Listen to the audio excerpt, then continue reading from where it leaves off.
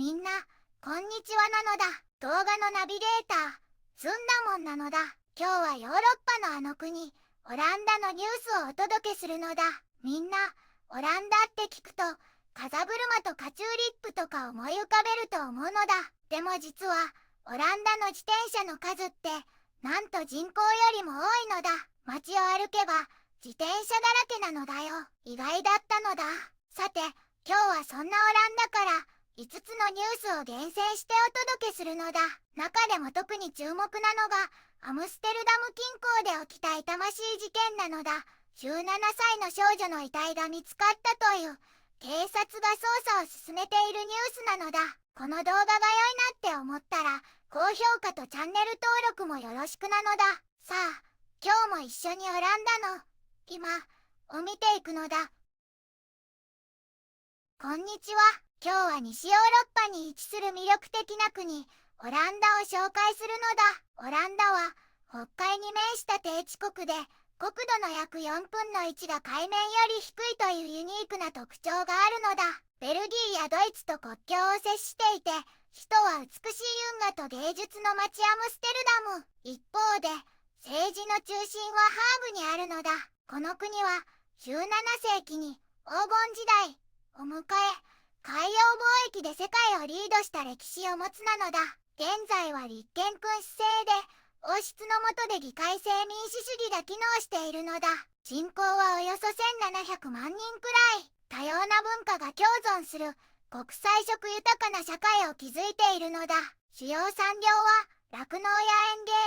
特にチューリップなどの果樹栽培が非常に盛んなのだ。世界有数の貿易港であるロッテルダム港を要し、物流やハイテク産業、金融も発展しているのだよ。また、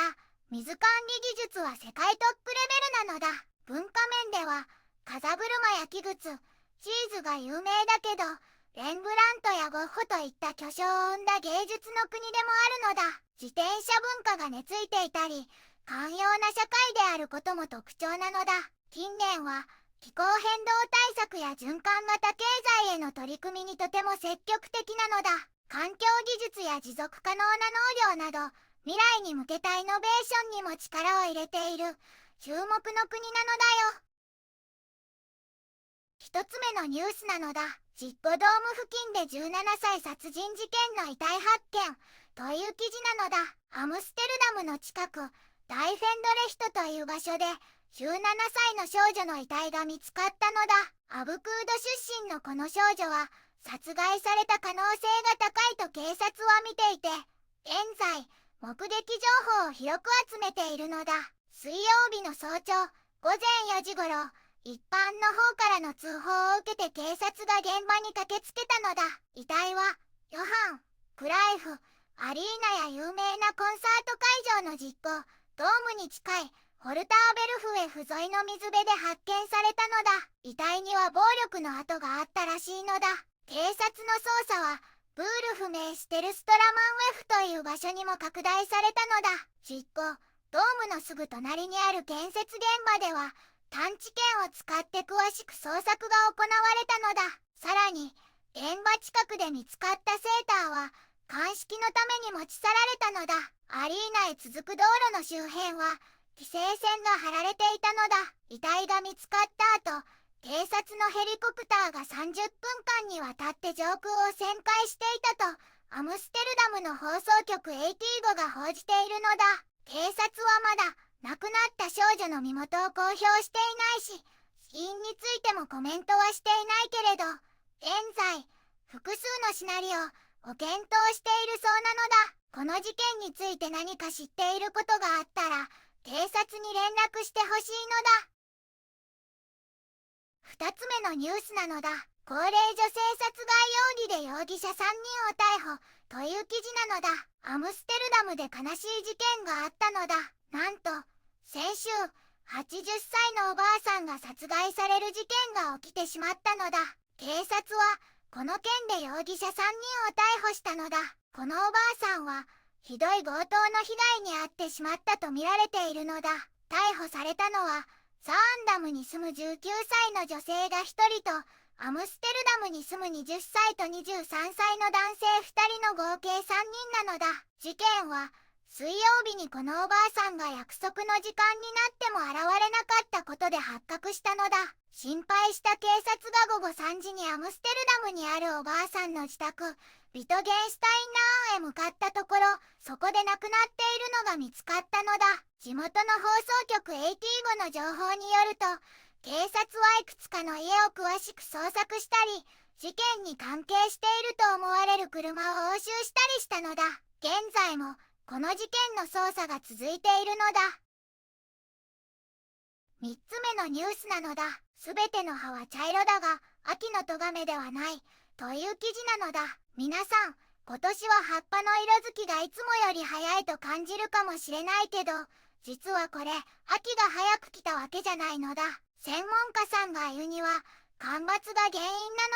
なのだ。例えば、ゼーラント州の森はもう赤くなっているし、ロッテルダムでは足元で葉っぱがパリパリ音を立てているのだ。それに、農家さんたちも注意が必要なのだ。まだ青い未熟などんぐりは、羊さんや牛さん、豚さんにとって毒になるから気をつけるように警告されているのだ。木々がこんなにも早く秋みたいな姿を見せているのはかわいそうだけど、干ばつで苦しんでいるからなのだ。ゼーラント警官財団のスポークスパーソン、マルセル・クルートワイクさんが言うには、木たちは水分が足りなくて枯れないように実を早く落としたり、葉っぱを赤やオレンジ色に変えたりしているのだ。すごい努力なのだ。オランダ王立気象研究所 ANMI の発表によると、今年はとっても乾燥した年なのだ。ANMI の気候科学者カリン・ファン・テル・イールさんも言っているけど、降水量が足りないのは通常の約2倍にもなっているのだ。本当に大変なのだ。問題は2つあるのだ。まず、雨が全然降らないこと。そして、暑い日が続いているせいで、せっかく降った雨もすぐに蒸発しちゃうことなのだ。これじゃあ、水が全然足りなくなっちゃうのだ。オランダ全体が干ばつ状態なんだけど、特にひどいのが南西部の地域なのだ。みんなで水を大切にしないといけないのだ。4つ目のニュースなのだ。T66 と緑の左派、労働党、二重国籍推進法案を提出、という記事なのだ。T66 とグローンリンクス、プブドエーの政党が、海外に住む人たちが二重国籍を持てるようにする法案をまた提出したのだ。これは国籍がなくなっちゃう人を守るためなのだ。この法案が通ればいくつか良いことがあるのだ。まず、住んでいる国で国籍を取り上げられてパスポートがなくなっちゃう人を防ぐことができるのだ。それから2003年以降、自分の意思に反して国籍を失っちゃった人が簡単な手続きで国籍を取り戻せるようになるのだ。さらに、オランダの国籍を取った外国出身の人たちが元の国のパスポートを無理に手放さなくてもよくなるのだ。今、オランダでは二重国籍のルールがとっても厳しいのだ。ほとんどの人がオランダ国籍を取るには、元々の国籍を諦めなきゃいけないのだ。オランダ人と結婚している人だけが例外なのだ。この法案を出しているのは、T66 のヤン・パテルノッテさんとグローンリンクス・プブドエーのソンブット・ムトルアーさんなのだ。彼らはバーレーンとカロシア、ニカラグア、特にクウェートみたいな国でパスポートを失っちゃう人がいるから、この法案が必要だって話しているのだ。最近ではドイツやデンマークも元の国籍を持ったままでいられる法律を通したのだ。だからヨーロッパで二重国籍を認めない国はオランダとオーストリアだけになっちゃったのだ。この法案は長年二重国籍の権利のために活動してきたスティクティング・ネーデルランダーズ・リュイテン・ネーデルランド SNBN っていう団体にとっても歓迎されているのだ。 SNBN のイールコ慶議長は、オランダは二重国籍のことで何十年も時代に遅れているのだ。文字通り何千もの海外にいるオランダ人が危険な状況にいるのだって言ってるのだ。慶議長は、周りの国は二重国籍を現代社会に欠かせないものだって考えているのだと指摘しているのだ。そしてアメリカが国籍を人を圧迫する手段として使っているから、この法案の変更はもっともっと急がなきゃいけないって強調しているのだ。海外に住む100万人以上のオランダ人を今直面している実際の問題やお金の問題、気持ちの面や貿易の面での壁から解放する時が来たのだって力説しているのだ。これでみんなの生活がもっと楽になるといいのだ。なのだ。5つ目のニュースなのだ。 NS と労組賃金巡り深夜まで及んだ難航交渉の末合意という記事なのだ。オランダ鉄道 NS さんと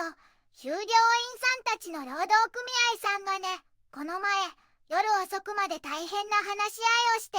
やっと新しいお給料の約束をしたのだ。これでもう公共交通機関が止まっちゃう困ったストライキは避けられたのだ。本当に良かったのだ。今回決まったことだけど、まず鉄道の従業員さんたちのお給料が3月まで遡って 4% も増えるのだ。これは嬉しいのだ。そしてさらに来年の2026年3月からはほとんどの NS の従業員さんがまた 3.5% も増えることになったのだ。やったねなのだ。ただちょっとだけお給料が高い役職の人たちは増える割合が少し少なめの 3% なのだ。でもみんなお給料が上がるのは嬉しいことなのだ。お給料のことだけじゃなくて夜中に働くことや就労働で大変なお仕事をしている人が希望すれば少し早く引退できる制度についてもちゃんと合意できたのだ。これでみんながもっと安心して働けるようになるのだ。実はね、今年の6月には従業員さんたちがもっといいお給料と働きやすい環境を求めて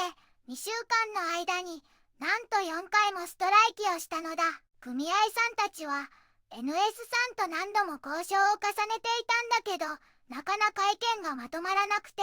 みんなも大変だったのだ。 FNV スコアっていう労働組合の偉い人ハンリ・ヤンセンさんが今回の合意についてこう言っていたのだ。私たちの組合員さんたちはね、良い労働規則とお給料をちゃんと上げてくれることがすごく大事だってことをはっきり示してくれたのだ。今回のこの結果は一生懸命頑張って戦い続ければ必ず報われるんだってことを証明してくれたのだって力強く話していたのだ。これで NS の従業員さんたちも利用者さんたちもみんながハッピーになれるといいなのだ。今日はオランダの素晴らしい魅力と直面する課題、そして未来へ向けた熱心な取り組みを伝えたのだ。悲しい事件や干ばつといった問題もあるけど、二重国籍や賃上げ交渉のようにより良い社会を目指して前に進む力がこの国には溢れているのだ。これからもオランダの動向に注目なのだ。